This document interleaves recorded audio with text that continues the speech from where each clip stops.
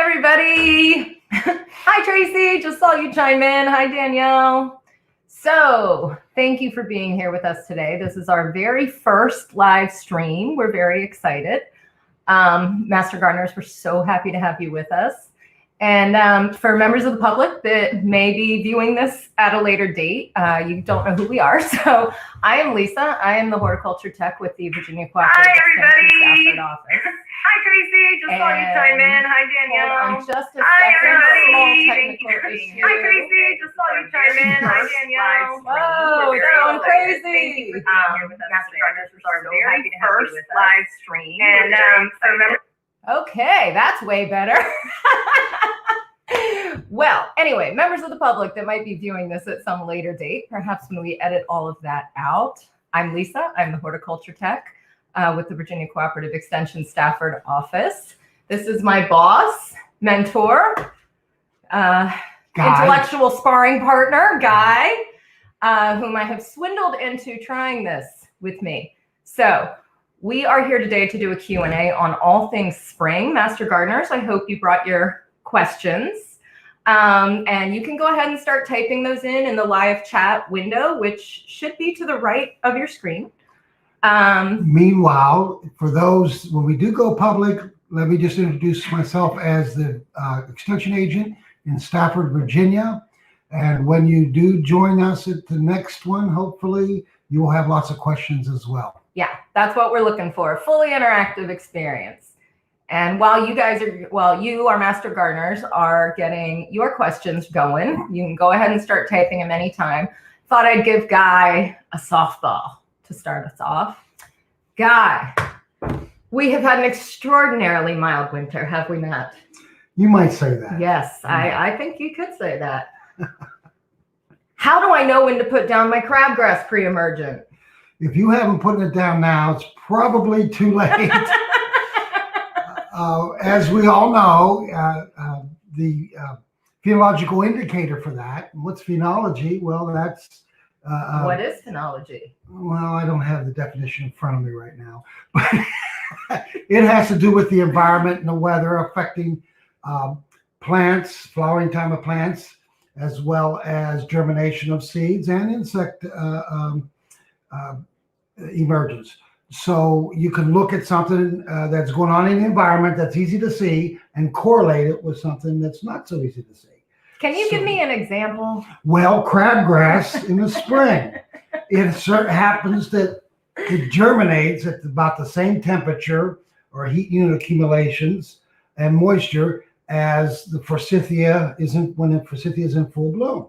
Now, it has nothing to do with the forsythia, but you can make that correlation. And for years and years, that's a very common phenological indicator for crabgrass. Now, the forsythia out there is some right across the street. I see it in full bloom now. So it would be a good time to get it down now. What I generally tell people, though, it's not a one-shot deal.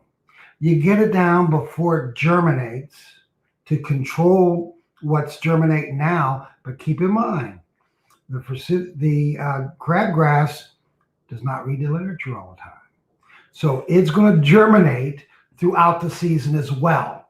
So you get it down now, and within 4 or 6 weeks, say you need to put it down again to keep the next tier of crabgrass from germinating.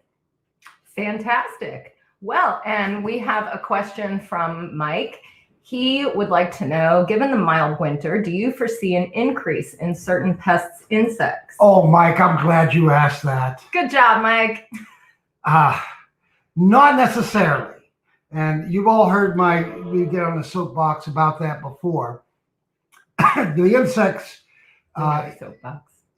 in Virginia overwinter, mostly the temperate zone insects, with exceptions of a few, overwinter as in the larval stage or in the egg stage to get through the cold temperatures. Okay.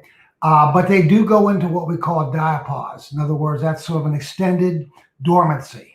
Okay. So it doesn't matter whether it's warm or cold. Most of the insects will come through quite well, except for things that overwinter as adults. And that could be ticks, all right, which aren't really insects, but they there might be an increase in those. Stink bugs, which we all love, right? Stink bugs can certainly Who doesn't love a good stink? Because they overwinter as adults as well, and of course our favorite ladybugs. So they will overwinter as adults. So that's where the warm temperatures or the extreme cold temperatures in the winter will affect numbers with those types of insects. Thank you. Yeah. Very thorough You're answer. welcome, Mike. Who's next? Anybody else have a question? Now, I don't. remember, you can only ask a question that I can answer. Yeah, because you really don't want me answering the questions, right? All right. Well, since nobody else has a question at the moment, I'm going to put Guy on the spot. No, boy. I am. Guy, we get all kinds of calls to the office. You get all kinds of questions sent in via email. What is one of your favorite early spring questions? And then how would you answer it? It's a two-parter. Well, I get rather annoyed when somebody calls my office and wants to know why their tree is dying. And that's all they tell me. That's a hard one to answer. And or why is their grass brown? Well, it's not quite. If it's a warm season grass like Bermuda or zoysia, it's going to stay brown until the temperatures really get warm, sometime later April or May.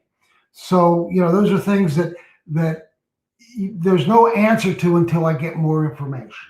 All right. And so I usually ask questions after that. Why do you say your tree's died? Well, because it's dead. That's what we'll describe it.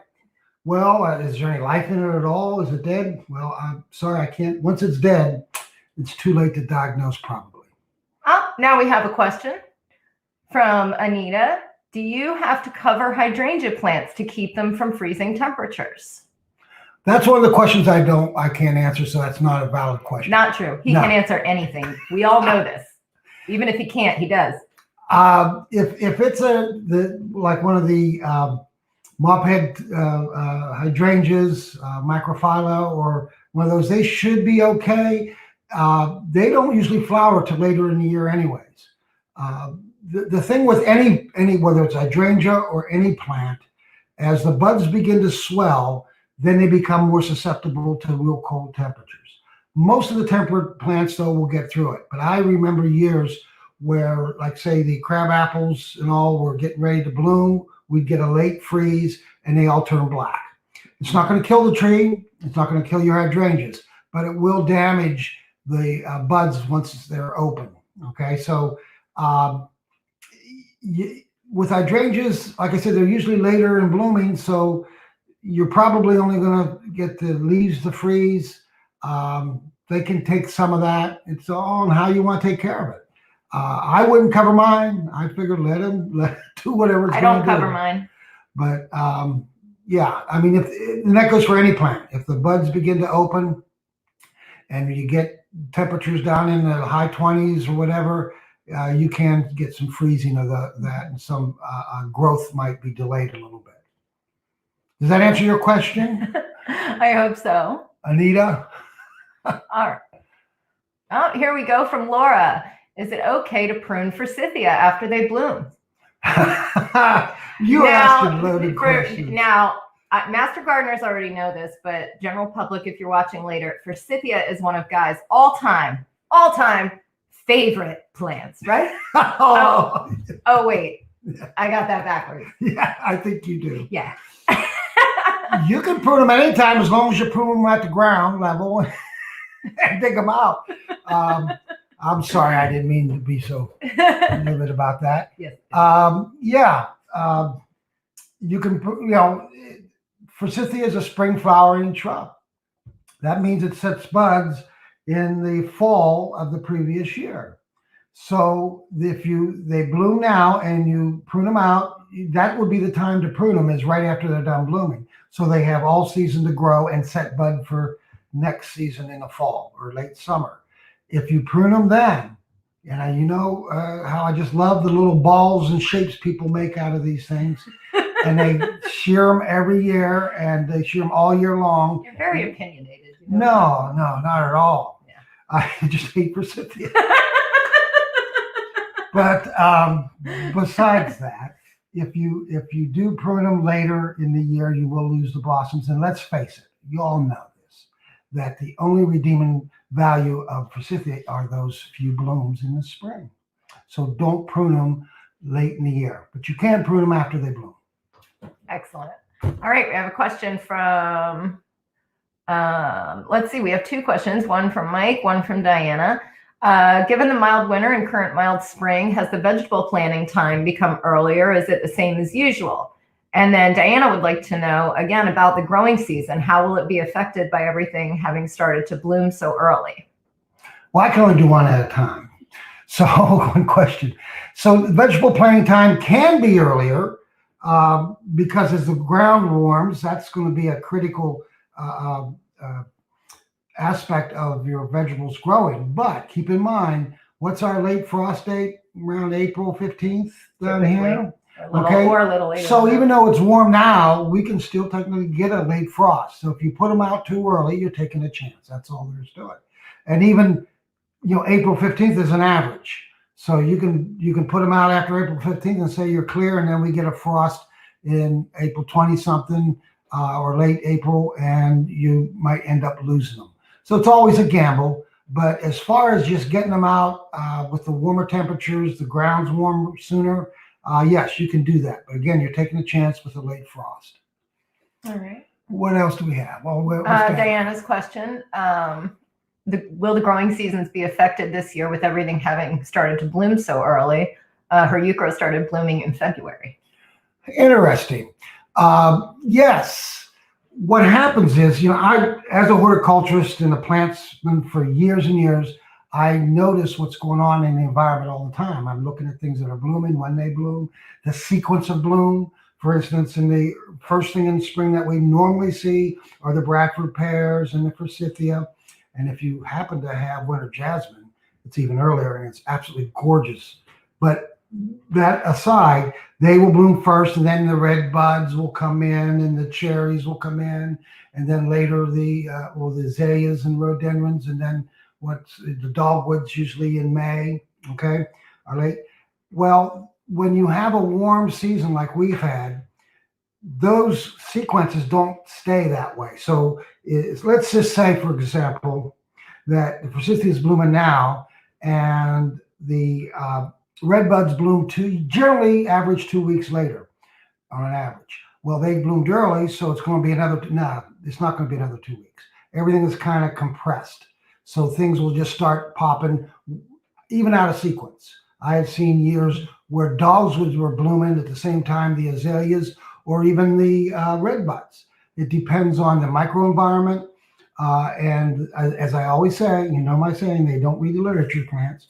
So they're going to do it when the heat accumulations are enough to bloom for them. And that will vary from year to year. So again, we will get earlier blooms this year, but it may not be in the same sequence that we're used to seeing. That makes sense. Okay. All right. Question from Karen. Asking for a friend. Is it too late to plant grass seed? And are there different time frames for different grass types? Yes and yes. Okay. I was just yesterday, I was at a friend's house, and a neighbor come out and heard that I was a horticulturist and extension agent, and of course tracked me down, and he wants to renovate his lawn, and he's going to come in and do all these fancy things. And I stopped him in his tracks, and I says, first thing, get a soil test done. And you know what? If you can put it off till fall, wait till fall to seed your lawn.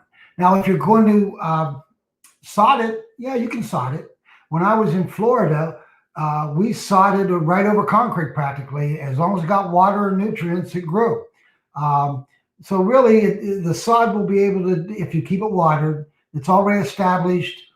It's got a good root system. But if you're seeding, you can get things to grow. I've done it myself. I got very impatient and have seeded in the spring, and it comes up nice and green and beautiful. And even if you do take care of it with water and water throughout the heat of the summer, they do tend to really thin out. It just needs a good root system to handle because our tall fescue grasses do go somewhat dormant in the heat. And it's not necessarily a water thing, it's the heat. When temperatures get above about 85 degrees, they kind of photosynthesis shuts down.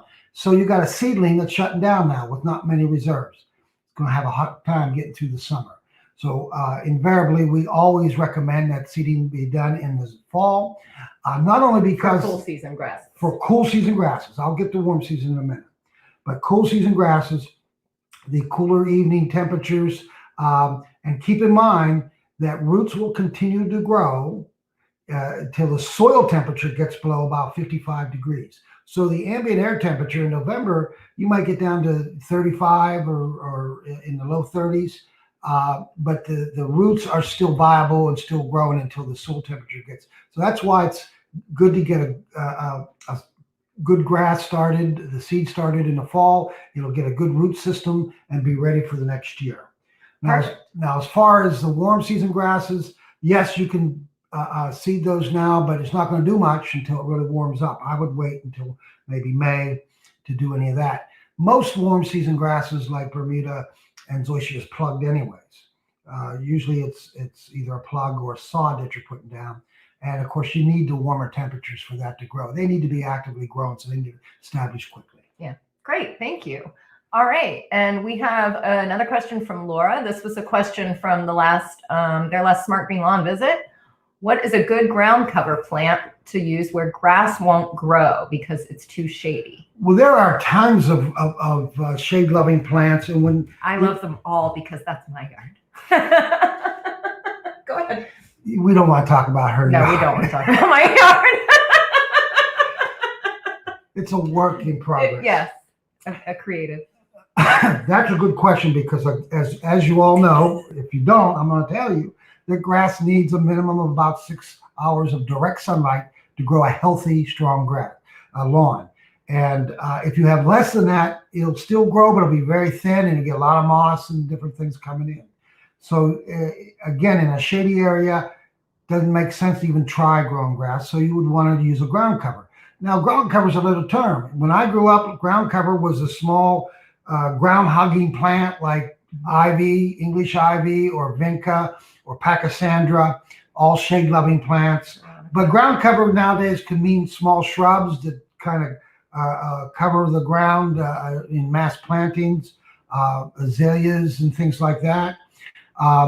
Now, I'm hesitant, to recommend the standard for most of my life. The standard for shade-loving ground covers has been vinca or English ivy. They are considered invasive by the Native Plant Society, so I'm not going to recommend them. But I will say, use some common sense. If you're in town and you're surrounded by hardscape, sidewalks and roads, it's not going to escape. It doesn't produce seeds. Birds aren't going to take it away. If you're out in the country and you plant it in your yard and that you have a forest that's contiguous with your yard, yes, it will escape and it will outgrow and outcompete any native flora out there. So I wouldn't do that. Now, something that will do quite nicely and is not considered invasive is pachysandra. And there's a native pachysandra and there's another one that is not invasive. That would make a good ground cover. Yeah. And then you can get really creative with it. You can put in shade-loving plants rather than just a solid mass of one plant. You can put hostas in. You can put fern. You can come in with some azaleas and different things to kind of fill up a bare spot that would look a lot nicer than just a mat of similar plants. Right. Excellent. All right. We have a question from Danielle. Would you recommend a drop spreader or a broadcast spreader for crabgrass preventer application?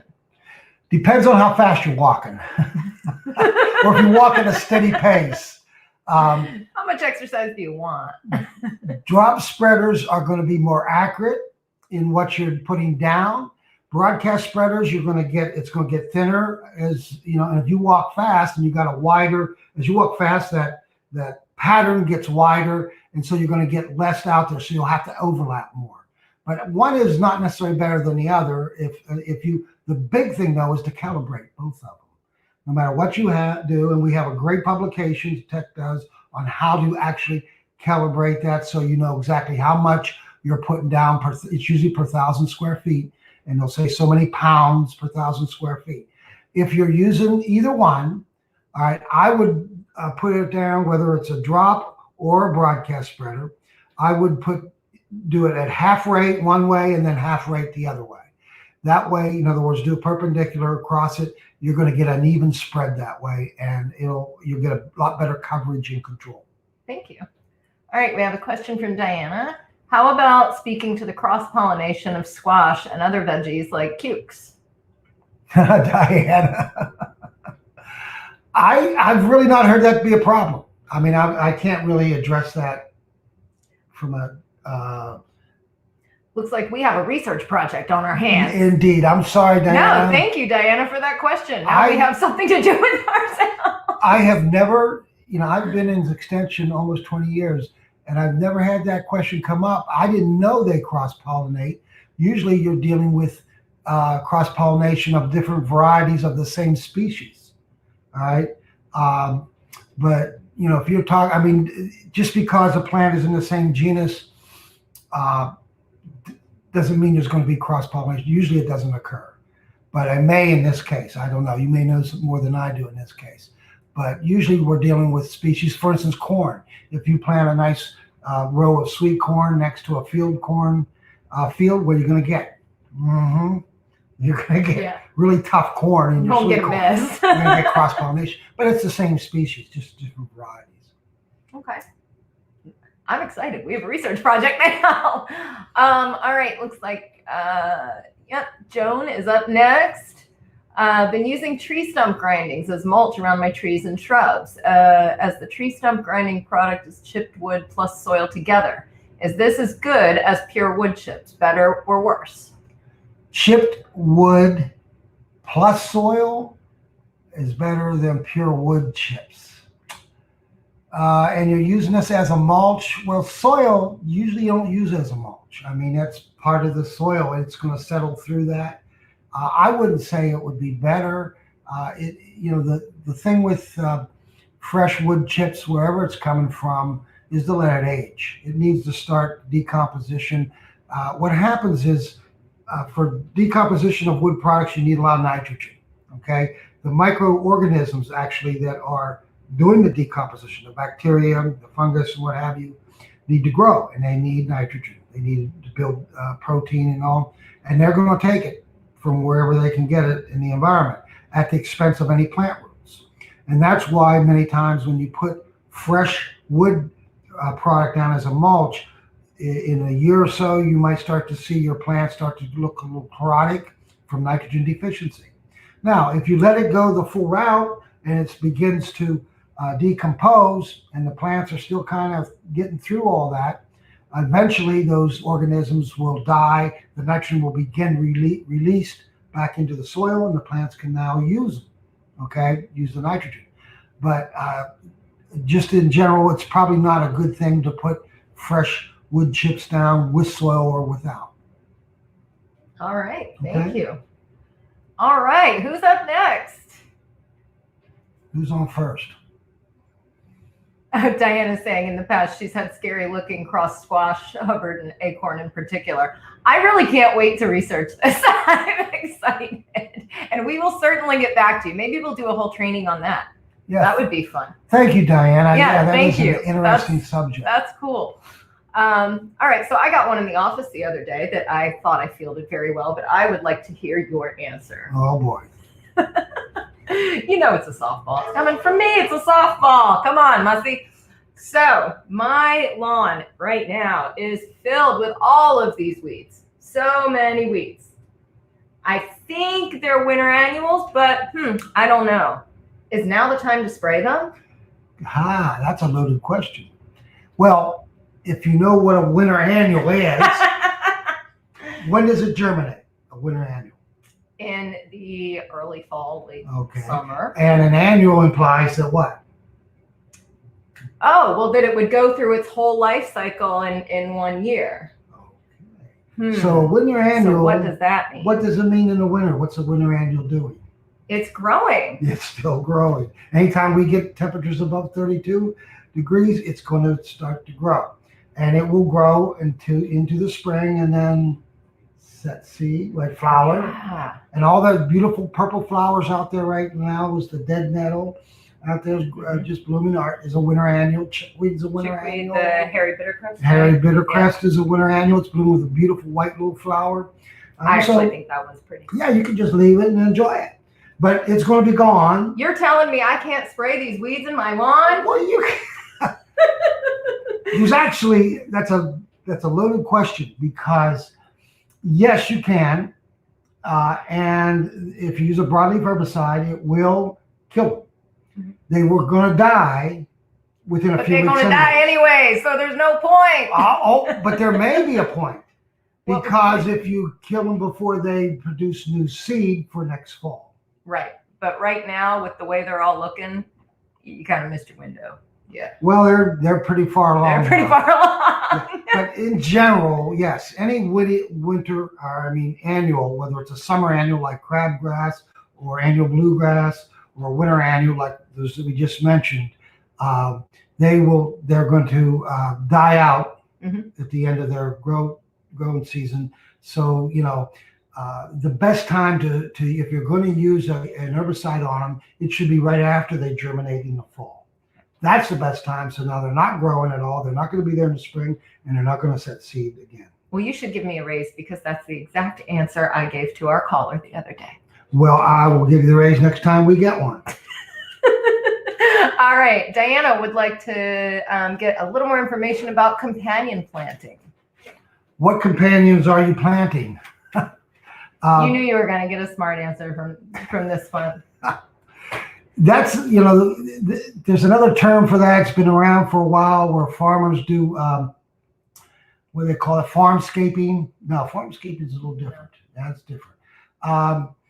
Okay, companion planting is putting plants together that need the same requirements. Is that what you're talking about? Or that somehow foster each other's growth. Yes. Or fruiting abilities. Yeah. That's typically what companion planting is referring to. What's good? It's a good thing. Well, I'm not sure exactly where you were going with this, Diana, but where's her question? It's where the arrow is. Oh, okay. About companion planting. To me, what that means is that you're planting plants that have similar conditions or need similar cultural requirements. For instance, if you plant your azaleas or your rhododendron in the middle of your yard, which I like to call green deserts, but you plant them in the middle of the yard, your turf needs a pH of what, 6.3 to 7. So you're putting lime down. The azaleas and rhododendron like a pH in the 5s. So that's not a good companion. So there, if you did a bed, say, of azaleas or rhododendrons or ferns or something, and you put a sourwood in that, that's a companion that would do well there. Lilac, on the other hand, really don't like an acid soil so much, or can tolerate higher pHs. And so a lilac would do quite well in a lawn environment. But that's, it depends on what specific plants you're looking at. Well, I think Diana may be talking about in the vegetable garden, because she's mentioned tomatoes and basil as an example. I'm sorry. Yes. So, should that be part of our research project? Yeah. There are plants that vegetables that do better amongst them. And a lot of times it's not so much the growing conditions, but it's how they grow. It's just how they grow and what conditions they can handle. And tomatoes get huge, and go all over the place. And basil's a smaller, a smaller plant. You wouldn't want to plant your tomatoes in the middle of your corn crop. And basils are also pretty hardy, even if they don't get if they're getting pretty shaded from the tomatoes, they're still gonna do okay. Like, you can dig through your tomatoes and find basil. So that may be one of the reasons that they work well together, but I think it warrants further research. I think so. And or if she can Diane can give us a more special or specific question, we might be able to answer a little bit better. Yeah. Okay. All right. And we have a question from Karen. What should I do for yellowing camellia leaves? Beautiful flowers, but lots of yellow leaves. Holly tone. That's she asked the question. Holly tone. Depends on what's causing the chlorosis, Karen. If it is nutritional, and how can you tell nutritional chlorosis? Intraveinal chlorosis, right? So generally speaking, when it starts to need certain nutrients, like nitrogen is probably the primary one. If it becomes deficient, the leaf starts to turn chlorotic or yellow. But usually the veins vend later. So if you have an interveinal chlorosis going on, that's a good indicator of a nutrient deficiency. Now, that's a good diagnosis for it. However, if the plant has been growing for a while in those conditions, the whole leaf will become chlorotic, and then you'll have problems. But the chlorosis this time of year might be due to the winter, just some winter desiccation or something like that. So it's hard to say this time of the year. But if there is some interveinal chlorosis on it, then it is nutritional. And I would do a soil test to see what is lacking, although soil tests do not indicate nitrogen, as you know. So it probably wouldn't hurt to add a little nitrogen if that's the problem. That's probably the number one nutrient deficiency you're going to have in a plant in the yard. Great. Okay, so I think looks like we've got about 4 minutes left. If you guys want to try to get in any last minute questions. In the meantime, since hopefully at some point the general public will also have access to this video, I do want to remind everybody that our website is full of delightful publications. That's the VCE website, where you can really just about any topic you can find something on that website. So, and we'll go ahead and we'll put a link to that with this video. So if anyone's looking for more information on anything, they can have that. Here we go. Question from Laura. How often should you get the blades on your lawnmower sharpened? Take it away. As often as possible. That is probably one of the most neglected maintenance issues when it comes to lawns. I can remember a time when I was at Penn State and we were mowing. I had my guys out there mowing the large lawn in the president's mansion. And you could really see the difference between a sharp blade and a dull blade. After they went over that whole area and you looked down along it, you could see it had that brown tinge within a few hours. That's from the blades of the grass being torn rather than cut. Okay, you need to sharpen. I sharpen mine every other week. I mean, I do because I want a nice clean cut. Yes, your mower is going to cut your lawn whether it's sharp or not, but it's going to rip and tear at it, and it's going to leave all that. And then, of course, it's more susceptible to brown patch and to other diseases that will take over in the summer when it's stressed. So I would mow it minimum, I would sharpen your blades minimum once a month. All right, I do mine every other week though. Okay. You have a lot of time. Oh, Diana says tomatoes and basil. Yeah. Yeah. That sounds like a good combination to me. That sounds like it make a good companion. I tend to think general rule of thumb is that if it tastes good together, it probably grows well together. I like that. That's my rule. Okay, question from Steve. Is it too late to prune crepe myrtles? Oh, crepe myrtles. As long as you don't butcher them. Crepe myrtles bloom when? In the late summer. In the summer. Summer. Okay. And so plants that bloom in the summer, when are the flower buds produced? On new wood. On new wood in the spring. All right. So if you prune them now, if they haven't woken up yet, and they haven't, okay, yes, you can prune them now. The time to prune your crepe myrtles, just like even with the spring flowering plants, is after they're done blooming. But with crepe myrtles, you can do it late winter, early spring, before the buds break, and you should still get some nice blossoms in the summer. Okay, great. And what do we not do to crepe myrtles? Murder them? Yeah, no crepe murder. All right. Anybody else? We've got just a few seconds left, so I think we will stop taking questions at this point. We will thank all of you for being here and participating in this, our very first live training. So we do hope to do this again. We do. We're going to get it on a schedule so that we can do it on a certain day and a certain time. We don't have that some yet. reliability, all of that good stuff that that we all like to have in our lives. And we're going to work out the kinks so that in the beginning, you don't have to hear like my voice coming from 7 different directions or whatever was going on there. But we really, really appreciate you guys participating in this with us. I hope everyone is well. I hope we answered your questions. And thank you, thank you, thank you. We will see you soon. Happy planting.